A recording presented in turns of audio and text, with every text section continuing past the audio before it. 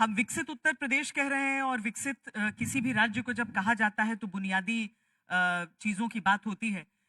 ऐसे भी जब आप लोग रिपोर्ट कार्ड के साथ चुनाव मैदान में जाते हैं तो उसी बिजली, सड़क, पानी की चर्चा होती है और उसके बिना कोई भी व्यक्ति जो है वो अपनी स्थिति से, अपनी सरकार से संतुष्ट नहीं हो सकता है।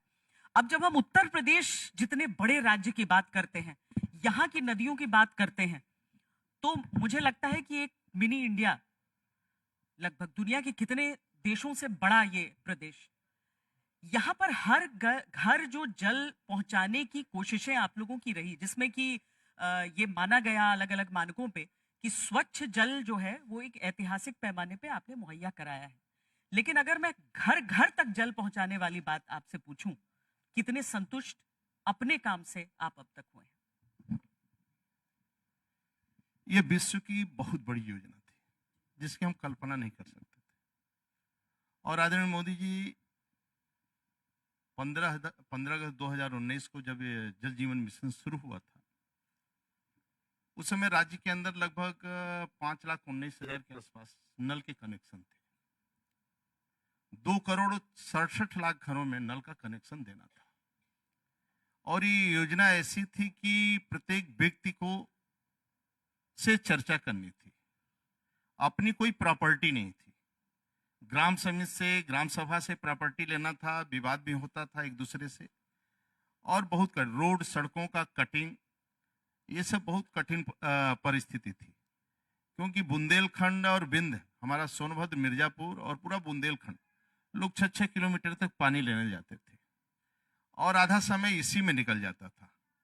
लेकिन ये 2019 से जिस प्रकार परियोजना चली, आज बुंदेलखंड और बिंद क्षेत्र लें हम तो लगभग हमीरपुर और महोबा, लगभग ललितपुर 100% के करीब हम लोग पहुंच चुके हैं। लेकिन फिर भी हम लोग अभी प्रमुख सचिव और एमडी साथ लेकर गए थे कि भाई एक बार आप लिख कर हमें दे दीजिए। सभी कंपनियों से कहा गया था कि आपने सत्यता के आधार पर लिख कर दीजिए कि मैंने इतने गांवों में 99%, 80% काम कर दिया हूं, और नहीं किए हैं तो फिर कार्रवाई होगी। तो एक बार लिख कर दीजिए। तो हम लोग एक दिन ललितपुर, एक दिन झांसी, एक दिन जालौन, ऐसा हम लोग भ्रमण किए।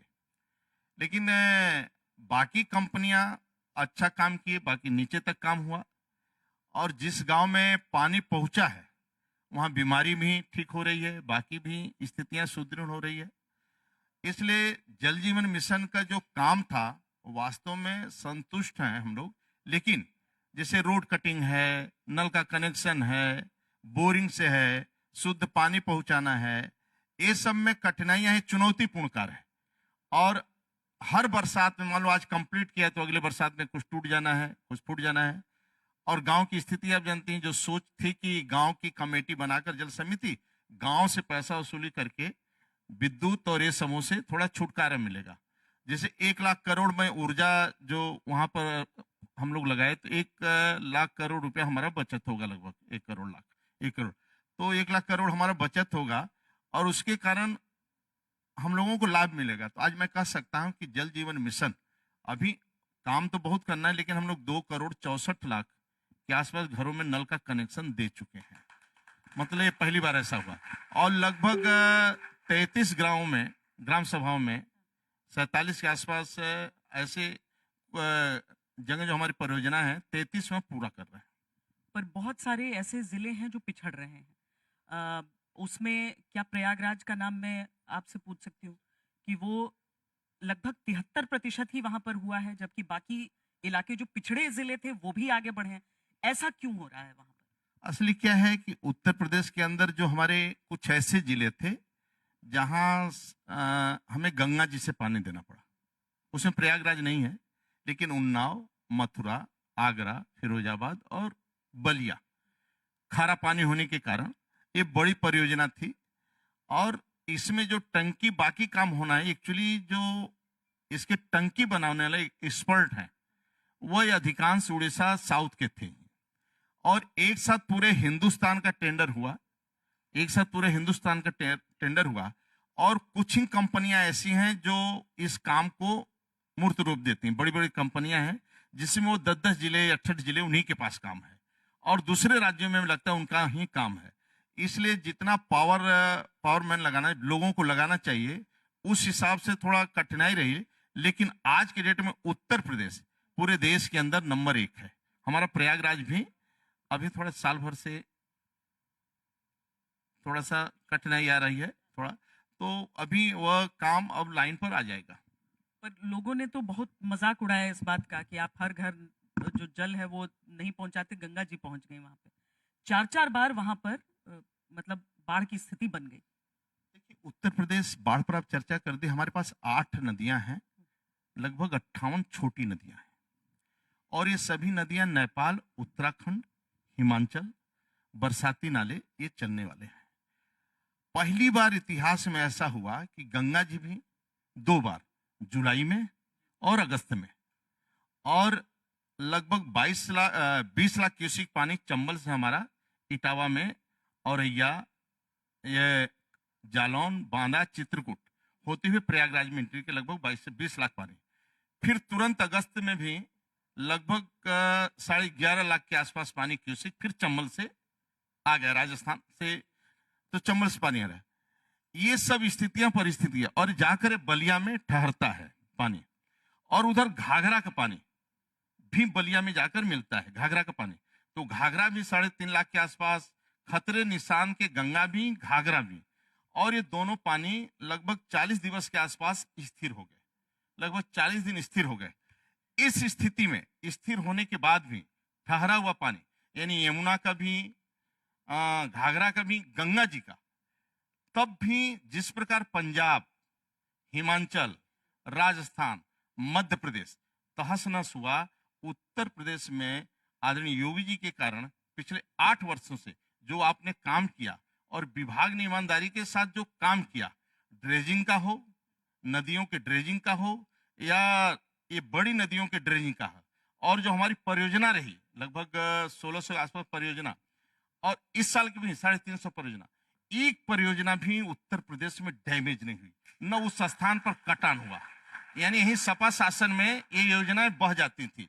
आज योगी सरकार में सिंगल योजना, यानी सिंगल योजना जो बनी थी बांध में, उसी कारण आप देखती होंगी, जो मैं जून में दौड़ा करता हूं, जून के पहले 1-1.5 महीना में दौड़ा करता हूं, कि 15 जून तक यदि हमारी परियोजना खतरे निशान के आगे, यानी 90%, 100% जो ठेकेदार पूरा कर लेता है, पूरा कर ले, उसको पेमेंट भी मैं तुरंत करता हूं।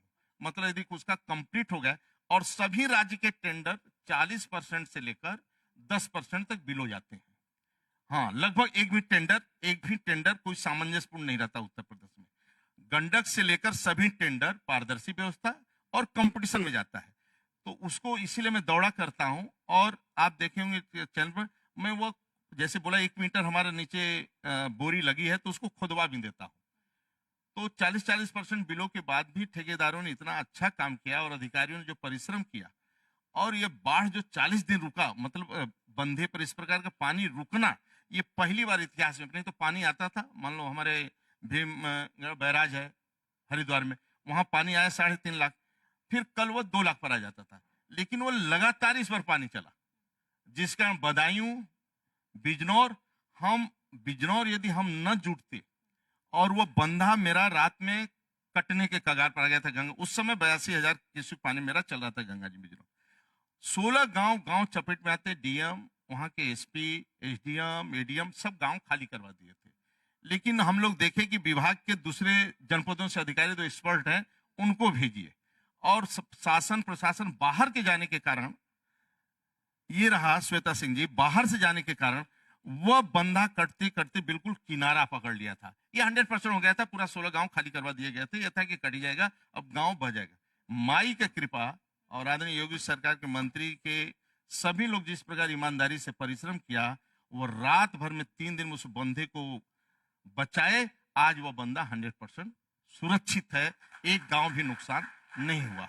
मतलब ये गुस्सा। दूसरा, जो हमेशा आप सुनते नहीं होंगे कि हमारा जो शारदा है पलिया के पास, जो लखीमपुर खीर में पलिया है, जहां पर हमारा, वहां पर हमेशा ट्रेन के ऊपर से पानी, ट्रेन के पटरी के पानी के ऊपर चलता था। इस बार महाराज जी ने स्वयं दौड़ा करके, वो 1.5 करोड़ का टेंडर हो रहा था, बंधा बनने जा रहा था। महाराज जी बोले नहीं, ड्रेजिंग इसको करवाओ। तो 22 करोड़ के आसपास में वो 7 किलोमीटर ड्रेजिंग वो हुआ, 7 किलोमीटर ड्रेजिंग हुआ। जिसके कारण इस बार पानी में वह 10-11 गांव कोई नुकसान नहीं हुआ।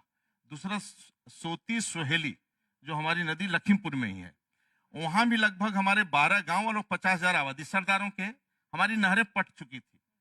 उसकी सफाई करने के बाद वहां भी 10-12 गांव और 50,000 आबादी सुरक्षित रही, मतलब डूबी नहीं इस बार, नहीं तो हमेशा पानी में डूब जाते थे। इसी तरह हमारा एक नाला है महाव नाला, हमारा है महाराजगंज, जो नेपाल से निकलकर महाराजगंज जिले होते हुए निकलती है, और जंगल में वो पिछले 10-20 सालों से और ये भी 50 सालों से, ये जो सोती सुहेली ये भी 50 सालों से ऐसा डला था। वह भी नाला में सफाई होने के कारण उससे भी 11 गांव हमेशा डूबे रहते थे, जल प्लावन रहता था और डूबे ही रहते थे, खेतों सब।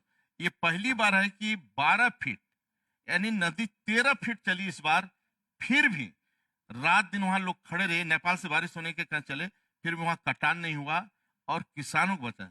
आदि योगी सरकार का एक बच गया पूरा, और वहां वह गांव 11 डूबे नहीं ड्रेजिंग के कारण। तो क्या है, पहली बार उत्तर प्रदेश में नदियों के में ड्रेजिंग भी करवाते, मतलब उसको रास्ता सही दे देते हैं।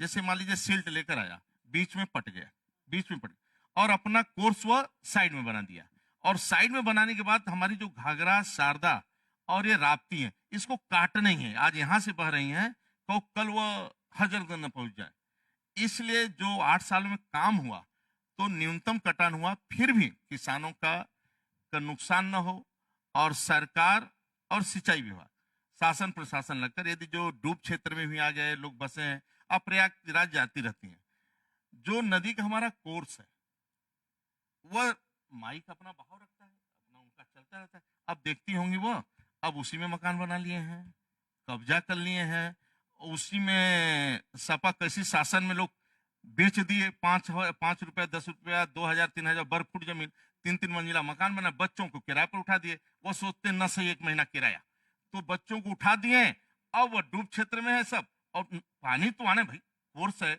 अब गंगा मैया तो सिकुड़ेंगी नहीं उनको। वो वहीं आप देखेंगी दिल्ली से आगरा तक 2.5 लाख पानी 1.5 लाख पानी में भी वो वृंदावन मथुरा हाहाकार मचने लगता है, और उसी यमुना में 22 लाख पानी में निकलता हूँ, बांदा चित्रकूट इटावा केवल 8-10 गांव जो नजदीक के वहीं प्रभावित होते हैं, और वहां से 22 लाख, वहीं 2.5 लाख 1.5 लाख पानी में आगरा और वृंदावन में हाहाकार टाइप का होने लगता है। तो ये नदियों के जो बीच में सिकुड़ने लोगों का बसना आना, तो आपके माध्यम से ही कहेंगे कि माँ को थोड़ा छोड़े रहे लोग, न गंदगी करें न कब्जा करें, इसलिए माँ आपको पीने के लिए भी जल देगी और खेत के सिंचाई के लिए देगी पानी। मैं प्रयागराज जाती नहीं रहती हूँ, मैं प्रयागराज से हूँ, मेरा जन्म वहाँ का है, मेरा बचपन वहाँ बीता है, और ये आपकी श्वेता जी लोकप्रियता है आपका। ये जो समस्या आप बता रहे हैं, वाकई ये केवल यहाँ की नहीं है, समूचे विश्व की है, जहाँ पर लोग रिवर बेड पे घर बनाने लगे हैं। लेकिन बदलते हालात के हिसाब से आपने ड्रेजिंग की बात की कि उसके जरिए बहुत बड़ी समस्या सुलझ जाती है। एक और चुनौती जो आपके विभाग की है वो है जो कंटामिनेटेड पानी का। कई ऐसे क्षेत्र हैं जैसे क्रोमियम कंटामिनेशन की बड़ी समस्या सामने आती रहती है, इससे कैसे आप लोग लड़ रहे हैं, इसको कैसे आप? शुद्ध पानी सप्लाई हम देना शुरू कर देंगे, पानी उसे दे रहे हैं। ऐसा जल जीवन मिशन के माध्यम से जो हमारी महिलाओं ने लगभग 4-5 लाख ट्रेनिंग दी गई है एसटीपी के उसके माध्यम से, और पानी की चेकिंग हो रही है। आप देखेंगे आदरणीय योगी जी, पहले आप देखते थे क्या स्थिति थी राज्य की, यानी दिमागी बुखार से लोग मरते थे, और ज्यादा लोग मरते थे पानी और पानी के कारण और स्वच्छता के कारण। आज 8 सालों में आप एक भी गोरखपुर में एक भी व्यक्ति दिमागी बुखार से एक व्यक्ति भी नहीं मरता है। ये आदरणीय योगी जी ने सुरक्षा प्रदान किया केवल स्वच्छ शुद्ध पानी से और जल से। उत्तर प्रदेश आपको विश्वास दिलाता हूं कि आदरणीय मोदी जी ही से, आदरणीय योगी जी ही से, और उत्तर प्रदेश की जनता जनार्दन भी अब पहले से अब में बहुत जमीन आसमान का अंतर आ गया है। हाँ, कई गांव में भी 40-40 हजार रुपए एक व्यक्ति कोई दे दे रहा अपने तरफ से कि भाई इस पानी को ठीक रखिए, पीने के लिए पानी सही रहना चाहिए, जिससे खारा पानी कहीं पर भी हो, जैसे अभी बोला ना 5 स्थानों पर, जैसे 5 स्थानों पर इस पानी को हम लोग सुरक्षित रखें। तो वहां से हम डायरेक्ट गंगा जी की सप्लाई नहीं, गंगा जी का पानी लाकर मैं फिरोजाबाद दे रहा हूँ, मैं मथुरा दे रहा हूँ, आगरा दे रहा हूँ, मतलब तैयारी चल रही, 1.5-2 साल में वो मेरा पूरा हो जाए योजना। हमारी उन्नाव और बलिया पूरी हो जाएगी। तो वहां भी जो बीमारियां ये सब होती थी, इससे निजात मिल जाएगी। इसी कारण ये योजना विश्व की सबसे बड़ी है। मैं इसको सुरक्षा प्रदान कर दूंगा।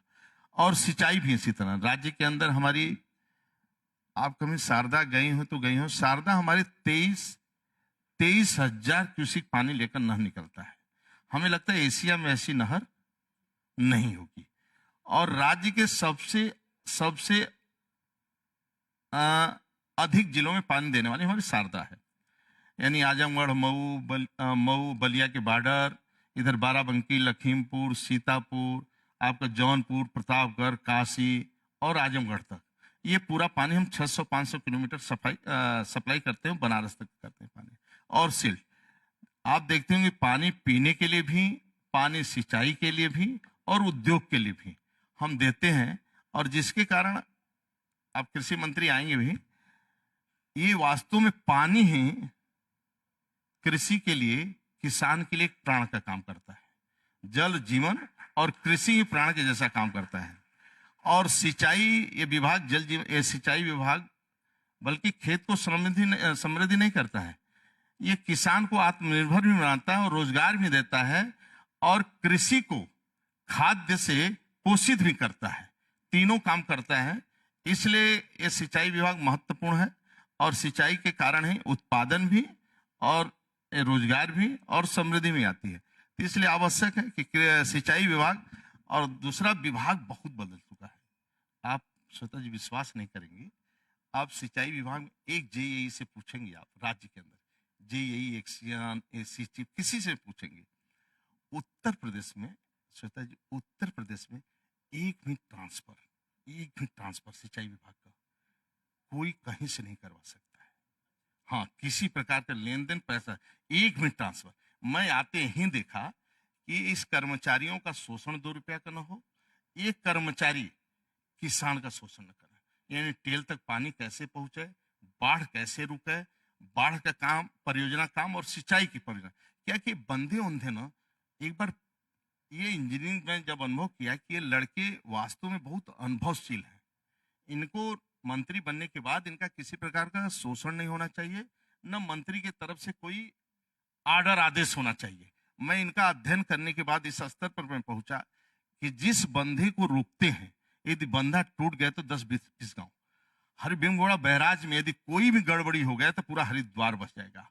ऐसे हमारे लगभग 71 परियोजनाएं हैं जो पानी हम रोकते हैं। आज के डेट में सभी परियोजना हमें जो 71 है, हमारे बंधे उंधे और जलाशय मिलाकर 71 परियोजनाएं, सभी ईश्वर की कृपा से, बारिश के कारण इस हमारे पूर्ण पानी भर चुके हैं। यानी गर्मी तक हम तालाब भी भरेंगे, पशु पक्षियों के लिए, चिड़ियों के लिए तालाब भी भरेंगे, और सिंचाई का भी और पीने के लिए कोई कमी उत्तर प्रदेश में नहीं रहने देंगे। पता है मुझे सबसे ज्यादा कहाँ पर ईमानदारी आने की प्रतीक्षा है? मुझे प्रतीक्षा है कि जो जिससे बाढ़ का की भी समस्या रुकेगी, कि जब वो घर बन रहा होता है ना किसी का वहां पर, तब कोई नहीं रोकता है। जब बाढ़ आ जाती है तब सब कहते हैं कि आपके मंत्रालय से सीधा लेना देना नहीं है, इसीलिए लेकिन श्वेता जी, इस बार और हर राज्य की बात में ये मैं देखिए, आपको ध्यान होगा कि 80 हेक्टेयर भूमि मैं खाली करवा के दिल्ली बैटलियन को दिया। अच्छा। जिसमें ध्यान होगा कि बैटलियन जो बन रहा है, उस समय सब साधन, अब माननीय मुख्यमंत्री के साथ बैठक हुई, लगभग 2114 हेक्टेयर भूमि मैं अतिक्रमण से मुक्त करवाया। मतलब अतिक्रमण से क्या है कि गांव की नहरें हैं, आप तो जानते हैं, पूरा गांव है, और लगभग ये 76,000 किलोमीटर नहरें हमारी हैं। 76,000 किलोमीटर नहरें हैं। गांव वाले आप जानते, पुलिया बना लेंगे, पुल बना लेंगे, रास्ता बना लेंगे, और कठिनाई भी आ गई। इतना रोड बनते चले जा रहे हैं, रोड बनने के बाद एक्सप्रेस हाईवे के कारण अब उसको रास्ता, उस समय वही नहर से क्रॉस कर लेता था, अब उसको रास्ता घूम कर जाना पड़ता है उस किसान को। अब उस पार खेत जाने के लिए रास्ता नहीं है उसको, मतलब पूरा राउंड मार, तो अपना पुलिया बनाकर उधर चला जाता है। तो जो पुलिया नहर में बनता है ना, अभी मैं एनएच के जो बॉम्बे वाला रोड गया था, माननीय नितिन गडकरी जी, उसको मैं जब दौड़े पर गया ओखला, तो देखा कि उसका पिलर बीचों बीच हमारे नहर में ले लिया। तो मैं अधिकारी से कहा, भाई इसको हटना चाहिए। तो अधिकारी ऊपर, प्रमुख सचिव, फिर मुख्यमंत्री, चीफ सेक्रेटरी की बैठक, हम कह दो पिलर बन गया तो जो हम 16 जिले में पानी दे रहे हैं गंगा यमुना का लाकर, फिर तो हम पानी स्पीड ही रुक जाएगा, पानी की स्पीड रुक जाएगा, तो मैं आगरा तक, फिरोजाबाद तक उसको पानी नहीं दे पाऊंगा। तो इसलिए जो दौड़ा करता हूं तो एक एक चीज देखता हूं। दूसरी बात, ये अंग्रेजों के समय की है परियोजना, अंग्रेजों के समय का लाइफ लाइन है। और ये अंग्रेजों ने बहुत परिश्रम उस समय किया था। फिर हमारे इंजीनियरों ने काला डैम, आप गए हो तो काला डैम हुआ, इंजीनियरों ने ठेकेदारी से नहीं, अपने दम पर वर्क आर्डर के हिसाब से अपने टीम केवल जाइए सरकारी ऑफिस में उस डैम को मिट्टी से बनाया। और आज भी वो डैम सुरक्षित है। मैं जब 500 सीढ़ियां उतर कर नीचे गया और पानी उसके ऊपर है, जब आवाज आ रही थी तो हम सोचे अब जल्दी निकालो इससे। हाँ, मतलब एक डर लगने लगा था कि बिल्कुल 500 सीढ़ी नीचे जो है, फिर 200 मीटर और नीचे, और ये 200 सीढ़ी और नीचे, उससे मशीन से जाना पड़ता है। लिफ्ट था, तो मैं उसके बाहर तो ऐसी इंजीनियरिंग व्यवस्था यहाँ पर है सिंचाई विभाग का, यानी 10 फीट नीचे पानी में जाकर गेट को चेंज करना है। इसलिए है इंजीनियरों को मैं सम्मान करता हूँ, जिसके कारण आज इस विभाग को, हमारे राज्य के विभाग में कह सकता हूँ पिछले 8 सालों से जिस प्रकार बाढ़ की विभीषिका रही है, 8 सालों से हर वर्षों बाढ़ आती है। और वास्तव में मैं न्यूनतम रोक नहीं पाया, मतलब बाढ़ आएगा तो जाएगा। अग्नि से, बाढ़ से, पानी से कोई टकरा नहीं सकता है। वो तो स्वाभाविक है, वो तो अपने हिसाब से वो बहते ही चलेंगे। थोड़ा भी पानी स्थान मिल गया तो भी वो 500 मीटर काटती हुई नदी अपना चली जाएगी। तो ईश्वर की कृपा से मैं बहुत कंट्रोल हुआ, इस चुनौती को ठीक ढंग से देखा और ईमानदारी के साथ विभाग को के कर्मचारी और टीम के साथ एक काम करता हूँ, जिसके कारण राज्य के अंदर सिंचाई के लिए भी, पीने के लिए और उद्योग के लिए, तीनों को पानी में पूरा सप्लाई कर रहा हूँ। कहीं से कोई कठिनाई नहीं आती। और यांत्रिक हमारा ट्यूबवेल भी 36,000 लगे हैं राज्य के अंदर, वहां भी हेलो किसान चलाया हूँ। हमारे लगभग 6,000 आदर्श ट्यूबवेल है। आप कभी ट्यूबवेल एक आध दो देखेंगे तो चमकता हुआ। वहाँ इको फ्रेंडली हिसाब से वहाँ वृक्षारोपण जबरदस्त है, वृक्षारोपण। अब मैं बोल दिया हूँ टेल पर भी किसान से प्रधान से, टेल तक पानी पहुंचता है कि नहीं वो फोटो खींच कर भेजो, मतलब टेल तक किसान से। इसलिए अब नीचे हम अभी दौड़ा करने गया तो मान लीजिए बलिया में ऐसा 200 वर्ष पुरानी मशीन, जो ट्रैक्टर की नहीं आता था लोहे का टायर, तो जमीन में था, उसको बाहर निकाल कर सब पोताई किए थे, तो यही खड़े थे। तो ऐसा मैं पूछा कि ऐसा कोई चीज बताओ कि तुमने अच्छा काम किया हो। तो एक यही बोला कि सर जब मैं चार्ज लिया तब मैं देखा कि हमारी नहर 1.5 किलोमीटर मिल ही नहीं रही है।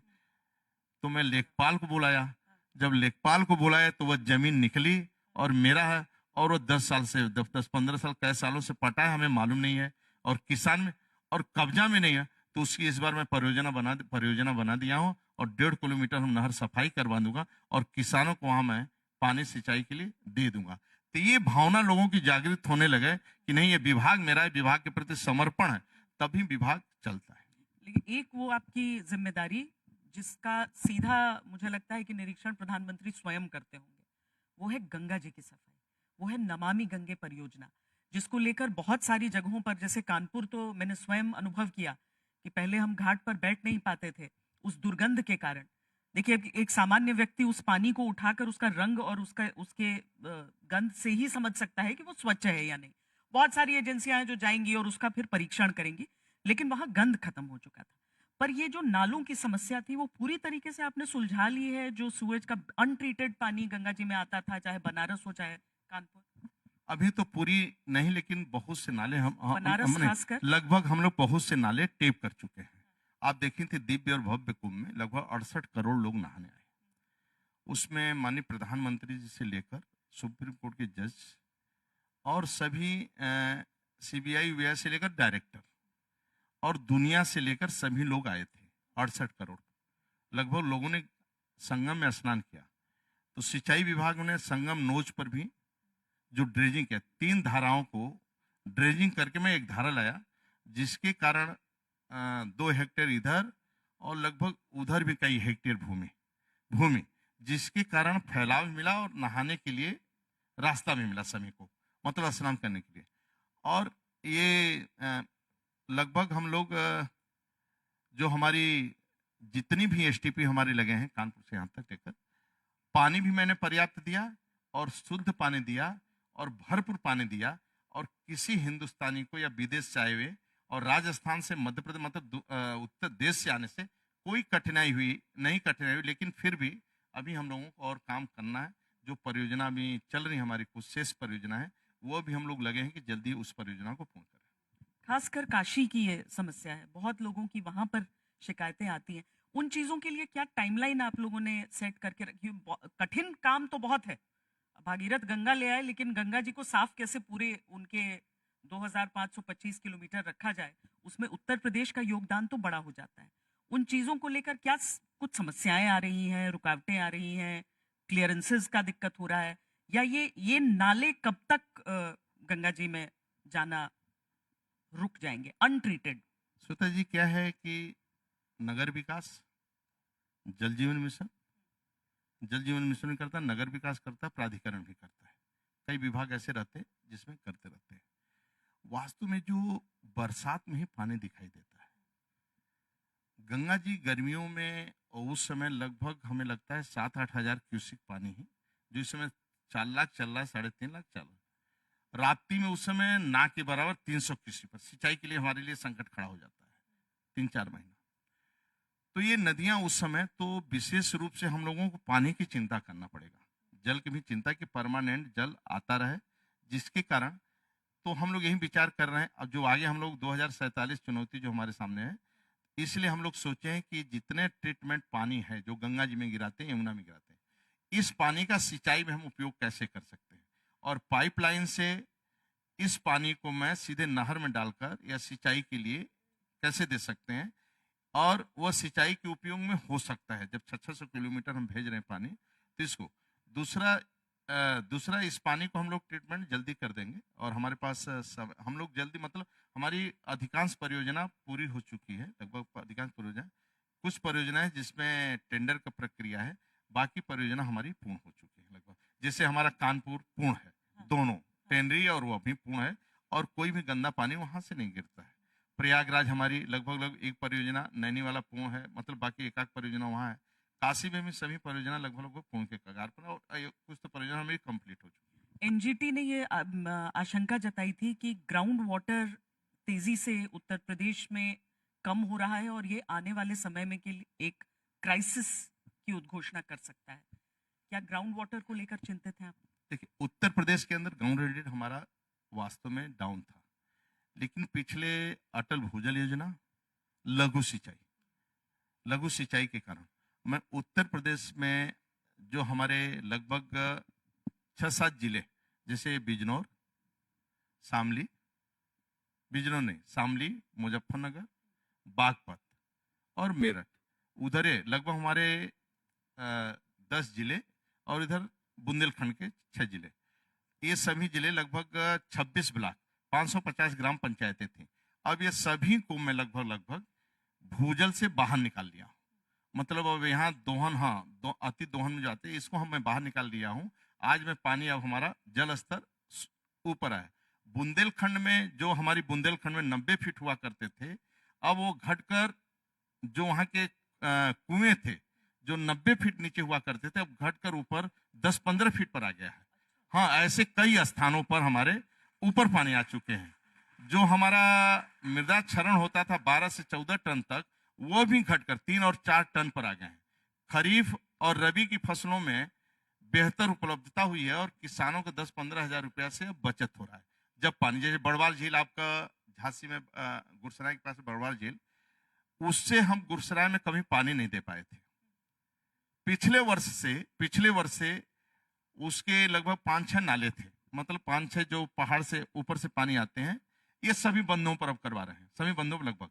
उस नालों को सफाई करवा के बरसात का पानी सीधे अब आवे, उससे मैं गुरसराय क्षेत्र के सभी नालों में पानी दिए, और पहली बार वो लोगों को मतलब गेहूं के फसल में, बाकी फसलों में पानी मिला।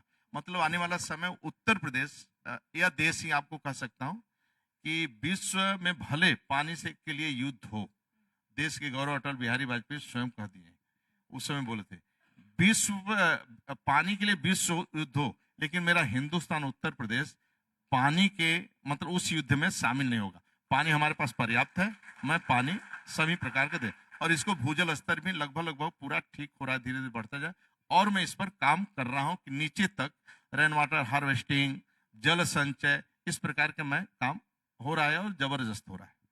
अंतिम प्रश्न में एक राजनीतिक प्रश्न पूछना चाहती हूँ आपसे, क्योंकि आप वरिष्ठ नेता हैं भारतीय जनता पार्टी के, प्रदेश के अध्यक्ष रह चुके हैं भारतीय जनता पार्टी के। ये प्रदेश अध्यक्ष क्यों नहीं मिल रहा है स्वतंत्र देव जी?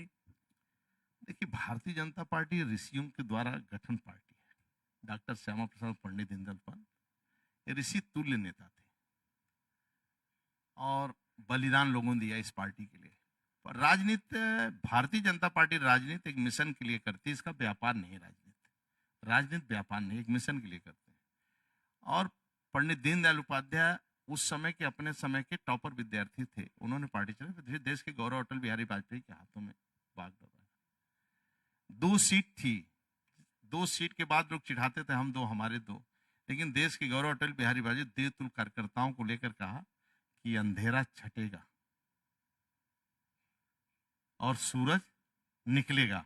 एक दिन समय आए कि अंधेरा भी छटा और सरकार बनाए। आज भी आदरणीय मोदी जी नेतृत्व कर रहे हैं। अब आप देखती भी, ये भी तपस्वी व्यक्ति हैं कि इनके परिवार का कोई सदस्य सरकारी गाड़ी में नहीं बैठ सकता है।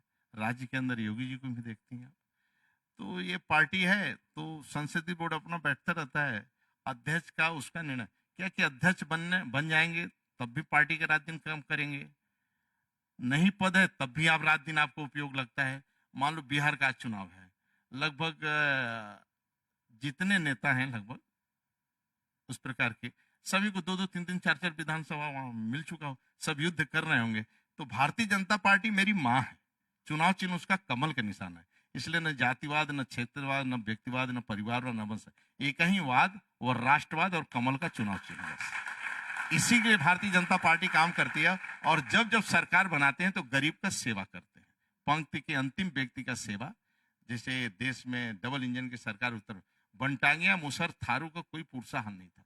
आज उनका अपना पक्का मकान है, शौचालय है, आयुष्मान का कार्ड है, सब प्रकार की उनको सुविधा है, किसान सम्मान निधि है, फ्री में इलाज, फ्री में शिक्षा। अध्यक्ष तो ये भी संसद तो आज नहीं कल होगा ही, मतलब होना ही है, मतलब अध्यक्ष तो होना ही है। चलिए प्रतीक्षा करेंगे। बहुत बहुत धन्यवाद, बहुत बहुत धन्यवाद मंत्री जी बातचीत करने के लिए।